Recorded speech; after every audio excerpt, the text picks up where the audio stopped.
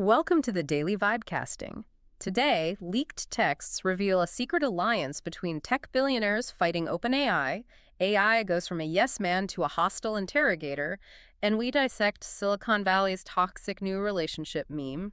It is going to be a heavy one today, for sure. Yeah, so our mission today, as always, is to cut through the absolute noise of the timeline, synthesize the highest stakes market signals from the raw wire, and figure out what it all actually means for you. Right, because if you're just reading the public feeds, you're missing the real story. Today's deep dive is honestly a perfect case study in how public narratives almost never match private realities. Completely. And we're starting right at the top with the highest stakes imaginable, the literal locker room politics of the billionaire class. So there's this massive viral leak today from the handle @TechEmails. Well, this one is wild. Right. It features a text exchange between Mark Zuckerberg and Elon Musk from December 13th, 2024. And this is just now surfacing in the 2026 Musk versus Altman lawsuit documents. Yeah, the timing is just impeccable. So here are the details. Zuckerberg texts Musk just to alert him that Meta's support letter regarding Musk's lawsuit against OpenAI has leaked to the press. Right. And Musk replies with a single cold word, just okay. Which is such a massive power play. Exactly. And then Zuckerberg immediately pitches a call to discuss, some unspecified idea. And to me, this is it's like two rival sports captains secretly teaming up in the locker room to get the referee fired. Yeah, exactly what it is. I mean, we're talking about two guys who just a year prior to this text were heavily hyping up a literal cage fight, right?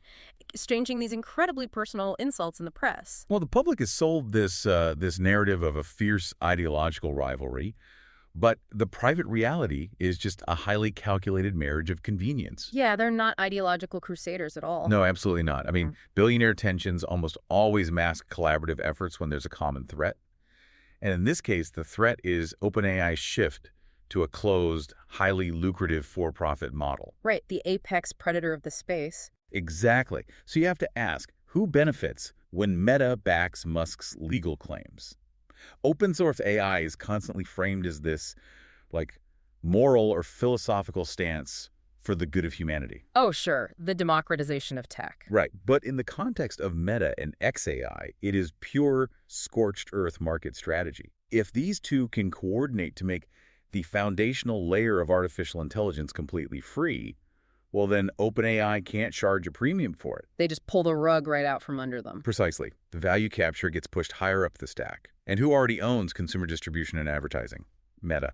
So the cage fight theater was quite literally just entertaining the masses, while in private they're coordinating a structural attack to rout around the market leader. Yeah, and you always have to look at the second-order effects of these shadow coalitions. Who loses if these two consolidate power? The independent developers, I'd imagine. Exactly. The independent developer gets completely crushed by the resulting duopoly. The whole open source ecosystem basically becomes dependent on the goodwill of two men who change their alliances based on whoever poses the biggest threat to their bottom line that quarter. That is, wow. And that consolidation of power at the absolute top trickles down immediately into how builders on the ground are actually utilizing AI today. Oh, it completely changes the workflow. Right, because we are watching the technology move from this sort of passive, helpful assistant into a very active, almost aggressive intervention tool. The ultimate sparring partner. Exactly. So moving down the wire, Andrej Karpathy at the handle @Karpathy posted this incredible story today. He spent 4 solid hours using a large language model to meticulously improve a blog post argument. 4 hours is a long time to spend on one prompt thread. It really is. And he was convinced the final draft was absolute flawless. But then he did something super interesting. He prompted the LLM to argue the exact opposite of the post they just spent 4 hours perfecting. And let me guess, it completely tore his argument apart. Demolished it. It completely demolished his original thesis and actually convinced him that the opposite of his argument was true. See, this is what I love. We are finally looking at the death of sycophancy in AI. Sycophancy. Like the AI just being a yes man. Yeah. Exactly. Because LLMs are, at their core, just these super-powered autocomplete engines, right? They operate on probability pathways. And by default, their training data is flooded with polite, agreeable human interactions. So they just want to please you. Right. If you tell an LLM your idea is brilliant, the highest probability next tokens are going to be agreeable, validating statements. It mirrors your biases unless you explicitly force it to challenge you. Which connects perfectly to another post in this topic cluster. Dan McAteer, at the handle at Daniel_Mac8, shared this super popular prompt workflow today where you basically let the AI interview you. Oh, I've seen this. It's like Claude/Grow Me Skill. Exactly. Instead of you prompting it with tasks, you command the AI to aggressively interrogate your project goals before you write a single line of code. Which is so necessary. There was a 2023 NeuroPS study that basically proved this mechanism.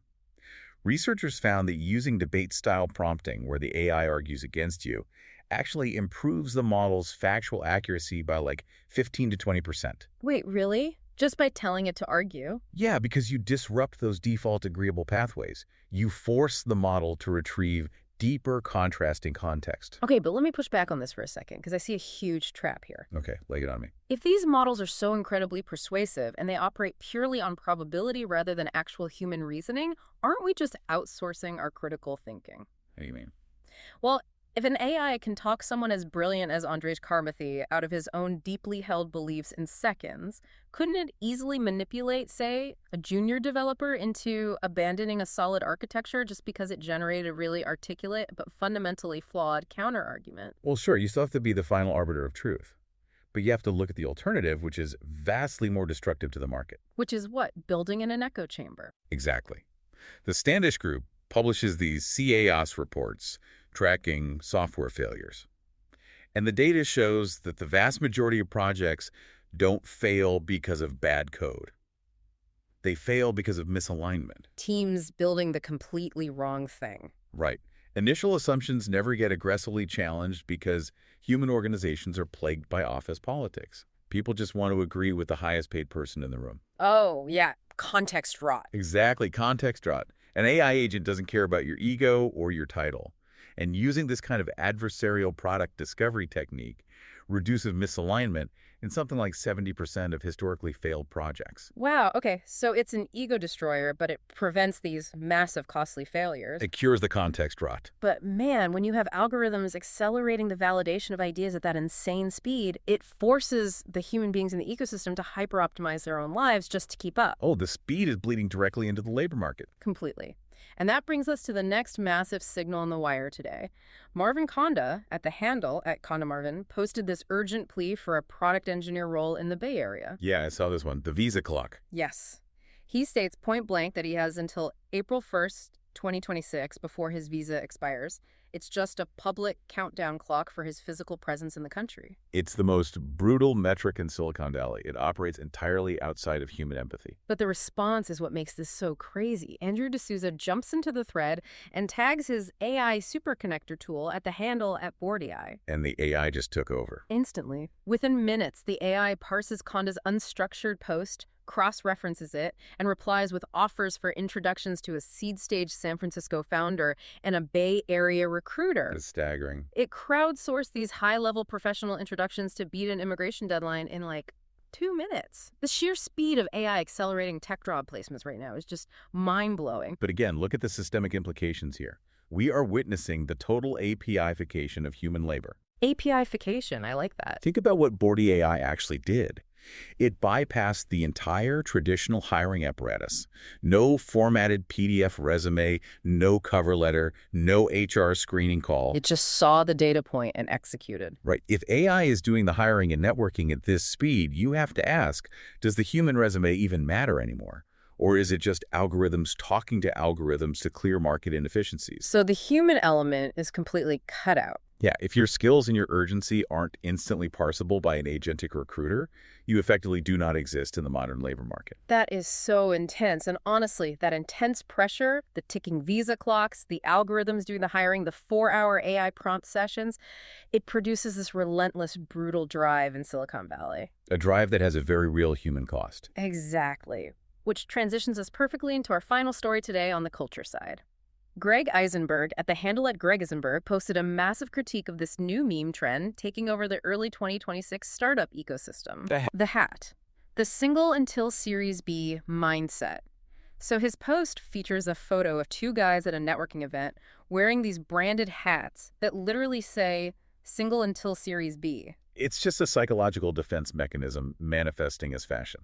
It really is. They're embodying this grind culture where you intentionally delay relationships and isolate yourself entirely to prioritize funding rounds. But Eisenberg pushes back hard, stating that his greatest joys are his wife, his child, and his business, in that order. Well, he's actually looking at the data of human happiness. But the community is so split on this. I'm reading the thread, and some founders completely agree with Eisenberg, crediting their partners for giving them the resilience to survive. Right. But then you have this huge contingent defending the meme, saying that current venture capital expectations are so punishing that you can't physically compete unless you cut off all distractions. They view human connection as a drain on bandwidth. It's toxic, and we need to tear into that mindset using the actual data because they are selling a statistical guarantee of misery. Okay, break it down. Have you ever looked at the Harvard Grant study? Remind me, that's the really long one, right? Wait. Yeah, the longitudinal study. They track the well-being of hundreds of men over nearly 80 years. Wealth, career advancement, physical health, everything. And what was the outcome? The single most profound predictor of long-term success, health, and psychological resilience was not the career grind. It was the quality of their strong relationships. Wow. So isolating yourself actually destroys the very foundation you need for long-term success. Exactly. So if the data proves this mindset is destructive, you have to ask the cynical question. Kubono. Who actually profits off founders isolating themselves like this? Oh, the investors. The venture capitalists. Investors want 100-hour work weeks at the expense of human sustainability. When a founder isolates themselves, their entire identity becomes tied to their company's valuation. They have literally nothing else to go home to. Right, which makes them infinitely easier to control in a boardroom. They'll accept terrible term sheets, they'll dilute their equity because the startup is their only source of validation. So the meme is really just a coping mechanism for exploitation. It's the romanticization of burnout. Man, what a deeply connected feed today. Let's briefly synthesize the through line of this entire deep dive. Let's do it. We started with the absolute Titans, Musk, and Zuck coordinating secret back-channel alliances to consolidate power and fight OpenAI. Right, the shadow war. Then we zoomed into the builders, where AI is completely taking over our critical thinking as an aggressive sparring partner and taking over our job hunt by networking faster than any human possibly could. Algorithms clearing the market. Exactly.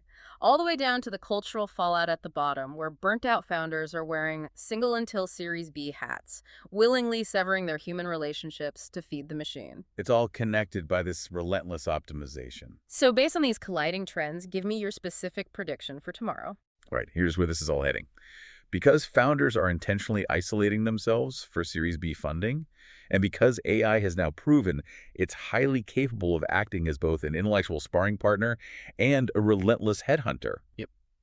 By tomorrow, we are going to see AI tools explicitly marketed as co-founders. And I don't just mean coding assistants. Wait, like emotional support AI? Exactly. Emotional support surrogates for the burnt-out tech worker.